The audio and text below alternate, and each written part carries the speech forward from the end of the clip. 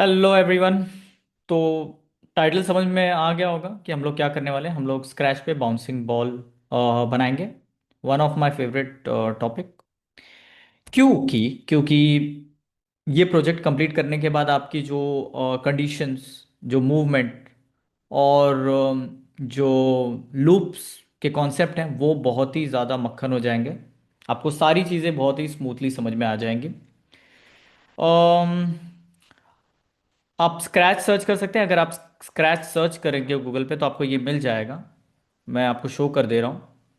Link मैं डाल दूंगा अगर आपको नहीं पता। वो यूजुअली मुझे नहीं लगता कि आपको नहीं पता होगा, क्योंकि अगर आप ये टाइटल देख के क्लिक किया है आपने तो आपको पता होगा कि आप कहाँ पर हैं।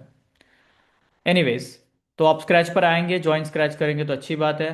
क्योंकि सारे प्रोजेक्ट्स आपके सेव हो जाएंगे। मैं यहाँ पे क्रिएट पे क्लिक करूँगा।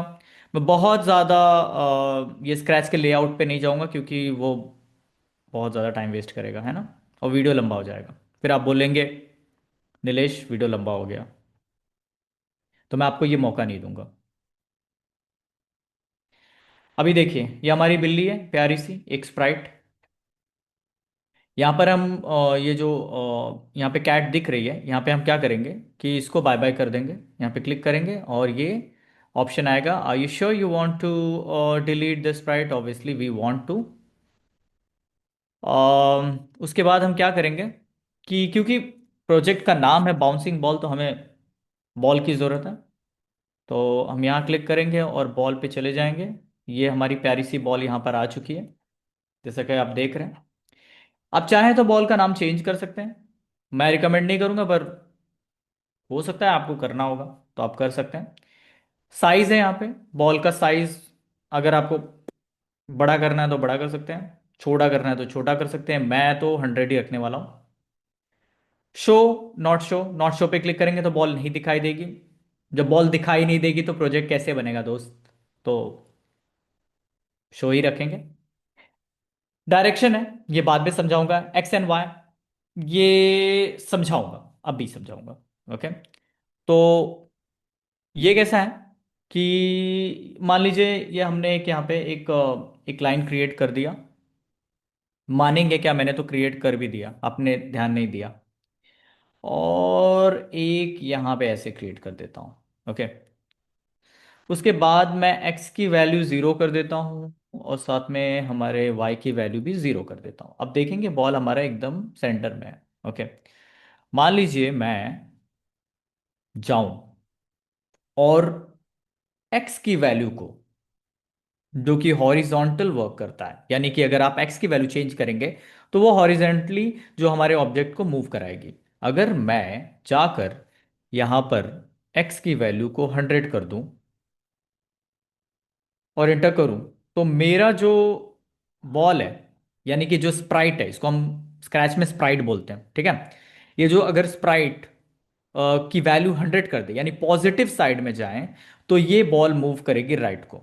लेकिन अगर मैं इसे जीरो वापस से कर दूं तो ये सेंटर में आ जाएगी। लेकिन अगर मैं नेगेटिव जाऊं, -100, आप कोई भी वैल्यू दे सकते हैं, मैं -100 जा रहा हूं, तो ये जाएगी लेफ्ट साइड पे। अगर आप जीरो पे रहेंगे तो सेंटर में रहेंगे, अगर आप पॉजिटिव जाएंगे तो राइट जाएंगे, और अगर आप नेगेटिव जाएंगे तो लेफ्ट जाएंगे। Simple simple simple.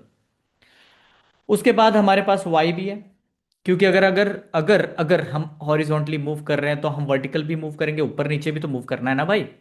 तो अ, अगर हम पॉजिटिव जाएंगे तो ऊपर जाएंगे, नेगेटिव जाएंगे तो नीचे जाएंगे। सिंपल है, पर फिर भी मैं आपको करके दिखा देता हूं, क्योंकि फिर आप बोलेंगे नीलेश आपने करके नहीं दिखाया, तो मैं दिखा देता हूं। उसके बाद आप इसे -100 करेंगे और देखिए बॉल नीचे आ गई। मैं इसे सारे ये जो मैंने स्क्रिबल्स किए ये सब निकाल देता हूँ। आपको एक्स एंड वाई समझ में आ गया होगा। अब मैं मूवमेंट की बात करता हूँ। जैसे मान लीजिए अगर मैं आपको बोलूँ कि एक बार में आप 10 पिक्सल मूव करेंगे, 10 स्टेप मूव करेंगे, ठीक है। और मैं आपको बोलूं एक बार में आप 100 स्टेप मूव करेंगे, तो आप फास्टर कब रहेंगे। ऑब्वियसली अगर आप एक बार मैं आपको बोलूं और आप सिर्फ 10 स्टेप मूव करेंगे, तो आप 10 डिस्टेंस जो कवर करेंगे सिर्फ 10 स्टेप्स की कवर करेंगे। लेकिन अगर मैं आपको कहूं कि एक बार में आप 100 कवर करेंगे तो आप ज्यादा डिस्टेंस कवर करेंगे। मैं आपको दिखा देता हूं प्रैक्टिकली, है ना। नहीं तो वीडियो बना के मतलब क्या।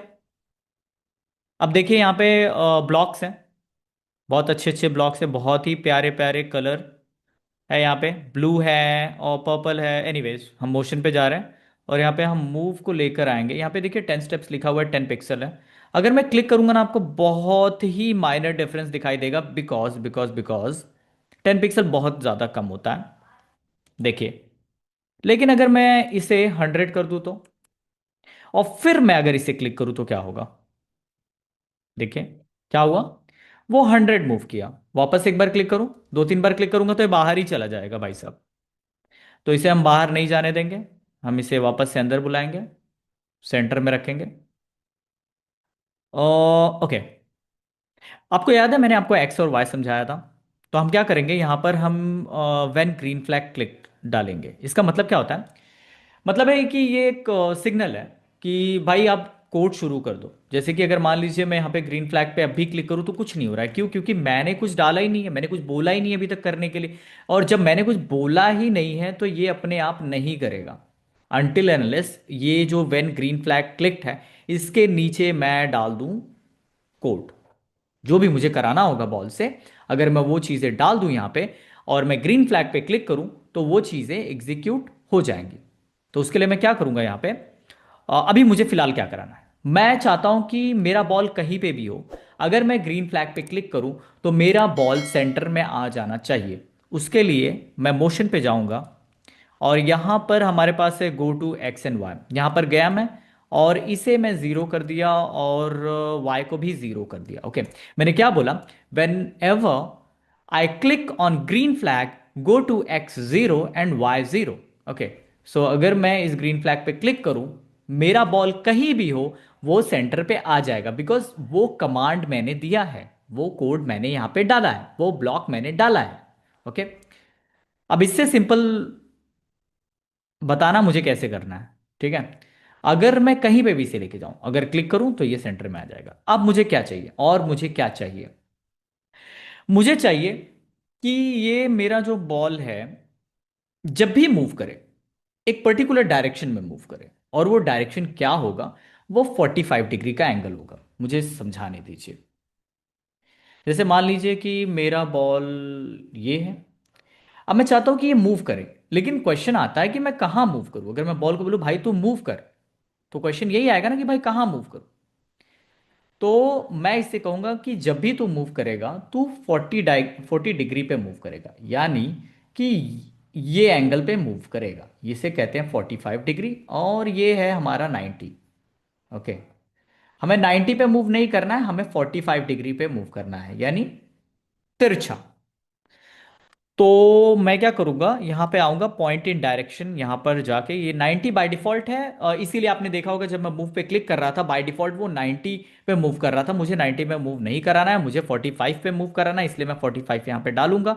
और जब मैं क्लिक करूंगा तो आप कोई चेंजेस नहीं देखेंगे, क्योंकि मैंने कोई भी मूवमेंट अभी नहीं डाला है। अब मैं क्या करूंगा, यहां पर मैं जाऊंगा और मूव डाल देता हूं। चलिए मान लीजिए मैंने यहां पे मूव डाला 10 स्टेप्स। अगर मैं इस ग्रीन फ्लैग पे क्लिक करूं, देखिए ये जितनी बार क्लिक करूंगा ये सेंटर से शुरू होगा और 10 स्टेप्स मूव करेगा, क्योंकि मैंने यहां पे 10 स्टेप्स दिया है।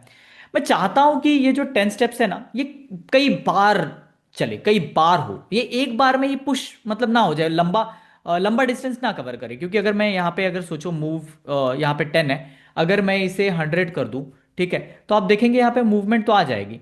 पर मुझे ऐसा नहीं चाहिए, मुझे एक स्मूथ मूवमेंट चाहिए। उसके लिए मुझे चाहिए कि ये थोड़ी थोड़ी देर पे ना मतलब एक यूनिफॉर्म मूवमेंट हो, जैसे कि मान लीजिए रिपीटेशंस हो। जैसे लेट्स से मुझे दिखाने दीजिए, ये 100 है बराबर।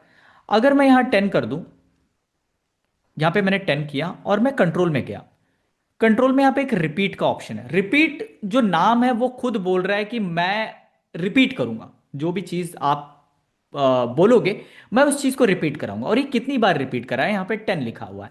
अगर मैं 10 के अंदर ये मूव 10 डाल दूं यहाँ पर, और इसको यहां पर डालूं, ओके, तो क्या होगा कि ये 10 × 10 × 100 वो सेम है, जो हमने मूव वहां पे 100 डाला था ना पहले, वो सेम है, लेकिन इसकी जो मूवमेंट होगी वो स्मूथ हो जाएगी। अभी आप देखिए, देखिए, है ना, ऐसा लग रहा है कि बॉल खुद चल के जा रहा है। ये मूवमेंट उसके अंदर आई है बिकॉज ऑफ रिपीटेशन, हम स्मॉल स्टेप्स ले रहे हैं।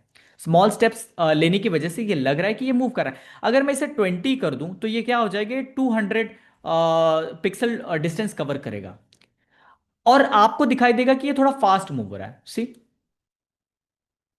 ओ, मैंने 200 कर दिया क्या?